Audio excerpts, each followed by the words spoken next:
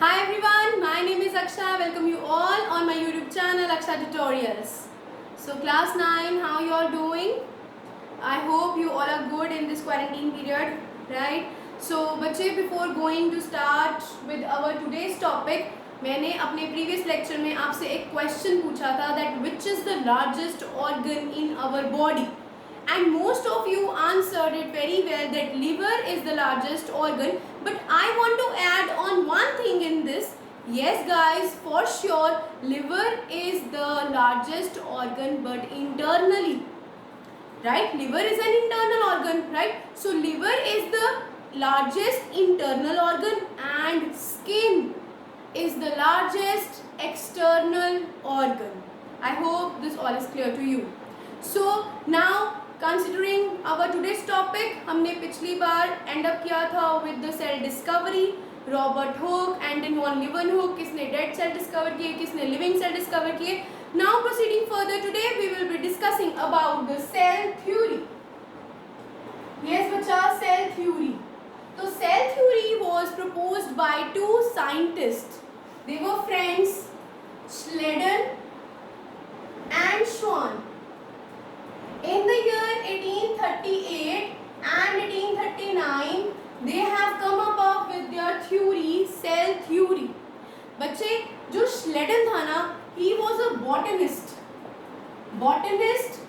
Botany is the study of plants, and Schwann was a zoologist. Zoology is the study of animals. तो Schleiden ने botany यानी कि plants में सारी अपनी ऑब्जर्वेशन दी थी और श्वान ने zoology यानी कि एनिमल्स के केस में या ह्यूमन बींग्स के केस में उसने अपनी ऑब्जर्वेशन की थी और दोनों ने अपनी थ्योरीज को कंपाइल करके प्रपोज किया the cell theory which states that all the plants and animals are composed of cells. जितने भी प्लांट्स हैं, जितने भी एनिमल्स हैं, they all are made up of cells. मतलब प्लांट्स और एनिमल्स का स्ट्रक्चरल यूनिट, प्लांट्स और एनिमल्स का फंक्शनल यूनिट एक्चुअल में कौन है? सेल है. So this was the cell theory. इसके बाद एक और साइंटिस्ट आए. He was named as Rudolf वर्चो. So the next scientist came up with his modification to this cell theory. Cell theory कहती थी yes all the plants animals are made up of cells, लेकिन इन्होंने ना ये नहीं बताया था कि ये cells आ कहाँ से रहे हैं. तो that modification to this cell theory was given by the next scientist Rudolf Virchow. उन्होंने भी एक statement the. He said omnis cellula acellular. अब ये स्टेटमेंट क्या कहती है? ओमनी सेलुला एसेलुला. आपको याद हो मैंने आपको अपने पिछले लेक्चर में बताया था सेलुला सिंपल मींस सेल.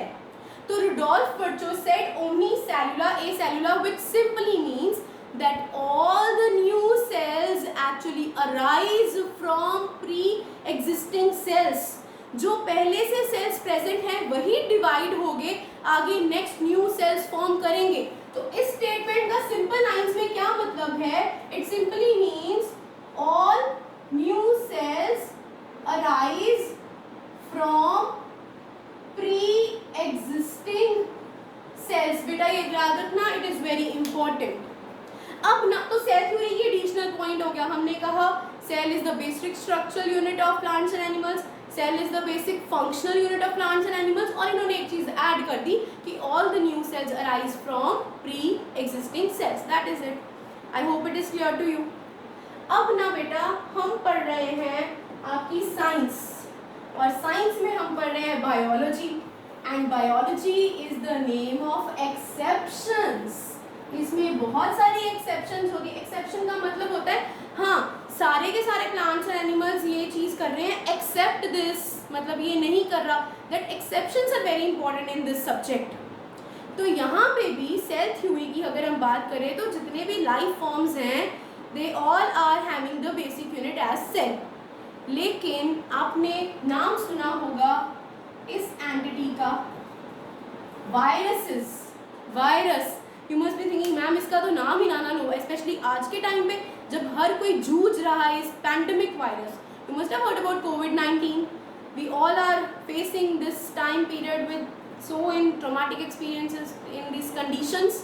तो बच्चे ये जो वायरसेस है ना, this theory is not applied on this viruses, क्योंकि viruses are not cells. Viruses cell नहीं होते हैं. थोड़ा मैं अगर थोड़ा और डीप में जाऊँ, आपको बेसिक्स बताऊँ. बच्चे अगर आपको कोई कह रहा है, पूछ रहा है व्हाट इज सेल, सेल के फीचर्स बताओ, तो कोई भी सेल है ना, it is having the basic features. मान लो ये सेल है, तो सेल के 3 बेसिक फीचर्स होते हैं बेटा. एक उसकी ये आउटर कवरिंग, जिसको हम बोलेंगे सेल की membrane. Cell membrane feature number 1. उसके बाद इस सेल के अंदर होता है genetic material with having nucleus. Nucleus के अंदर कुछ लोअर सेल्स होते हैं बैक्टीरिया वगैरह जिनमें प्रॉपर न्यूक्लियस नहीं होता, वो भी हम डिस्कस करेंगे. बट अभी जो मैं समझा रही हूँ उसको समझने की कोशिश करो. तो सेकंड फीचर हो गया सेल का न्यूक्लियस. और इस सेल के अंदर प्लाज्मा मेम्ब्रेन के अंदर ये सारा का सारा न्यूक्लियस के बाहर ये जो मटेरियल है, this is the third feature of cell which is cytoplasm. तो ये जो हम वायरसेस की बात करें ना बेटा, दे आर नॉट सेल्स, क्योंकि उनमें ना तो न्यूक्लियस है ना साइटोप्लाज्म है. They do not function the life activities. वो लाइफ एक्टिविटीज भी परफॉर्म नहीं करते हैं. तो ये है क्या? It is one of the very interesting topic. मेरा मन कर रहा है मैं अभी झट से आपको आंसर्स दे दूँ, सब कुछ आपके माइंड में जो कुछ भी चल रहा है आपको बता दूँ, but I'll first wait for your answers. So my today question for you people is, are viruses living or non-living? सोच समझ के आंसर करना बेटा, क्योंकि मैंने आपको बताया कि ये सेल्स नहीं है, और आपको पता है कोई भी लिविंग ऑर्गेनिज्म है उसमें सेल तो होंगे. तो सोचो, लेकिन अगर ये नॉन लिविंग नहीं है तो फिर कैसे ये इतनी जद्दोजहद, ये इतना कैसे मचा रहे हैं, पूरी कायनात को तंग करके रखा हुआ है. हाउ? अगर वो लिविंग ही नहीं है तो फिर कैसे वो हमारी बॉडी से दूसरी बॉडी में वो कैसे जा सकते हैं? हाउ? है ना, हमें कैसे ख़त्म कर सकते हैं? क्यों हमें इनसे इतना खतरा है? Y? So my question is, are viruses living or non-living? So do share your views, your answers with me in the following comment section. Okay, so moving on, viruses के बाद अभी हम बात कर रहे थे राजे सेल थ्योरी की, है ना. सेल थ्योरी के बारे में हमने डिस्कस किया. अब सेल थ्योरी के बाद आपको मैं सेल की एक और चीज बताऊं, तो दे आर वेरी डाइवर्स. आपको डाइवर्स होने का मतलब पता है? Let's suppose we talk about the diversity of cells. अगर मैं आपको सेल्स की डाइवर्सिटी के बारे में बताऊं, बच्चे डाइवर्सिटी का मतलब होता है वेराइटी, डिफरेंट फॉर्म्स. सेल्स की भी बहुत सारी डिफरेंट फॉर्म्स हैं. Cell could differ in their number, ये हम डिस्कस कर चुके हैं. I am coming to this point.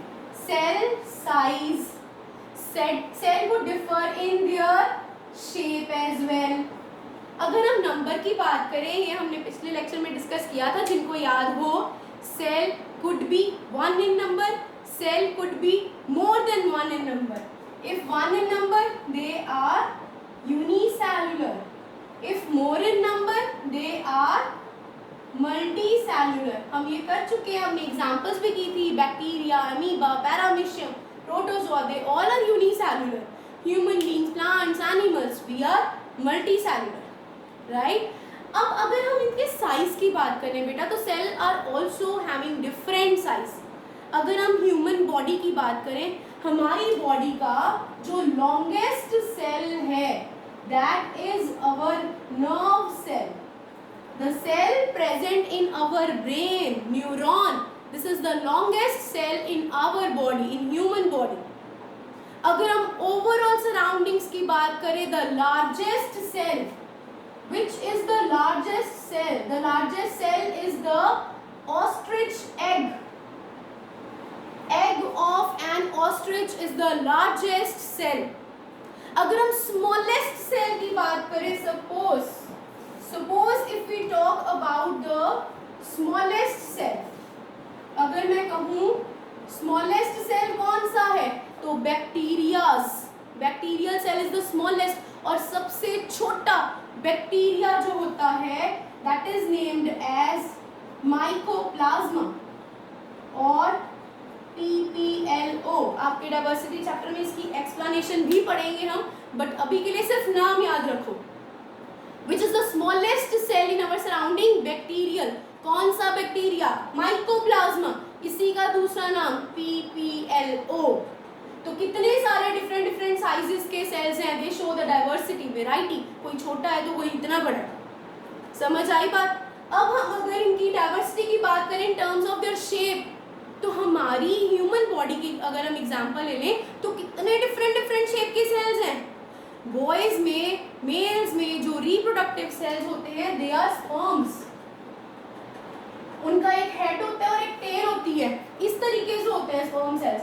अगर हम गर्ल्स की बात करें, फीमेल्स की बात करें, तो reproductive cell is ovum, egg भी बोलते हैं, तो वो स्फेरिकल इन शेप होता है ना। हमारी बॉडी में इतने सारे ब्लड सेल्स हैं। रेड ब्लड सेल्स की अगर हम बात करें RBCs, तो बेटा वो बाइकनकेव शेप के होते हैं, स्फेरिकल बाइकनकेव शेप होता है उनका, इस तरीके से they are having concave shape, biconcave shape के होते हैं। और भी बहुत सारे स्किन सेल्स, स्किन में इतनी तरह की टाइप्स होती हैं।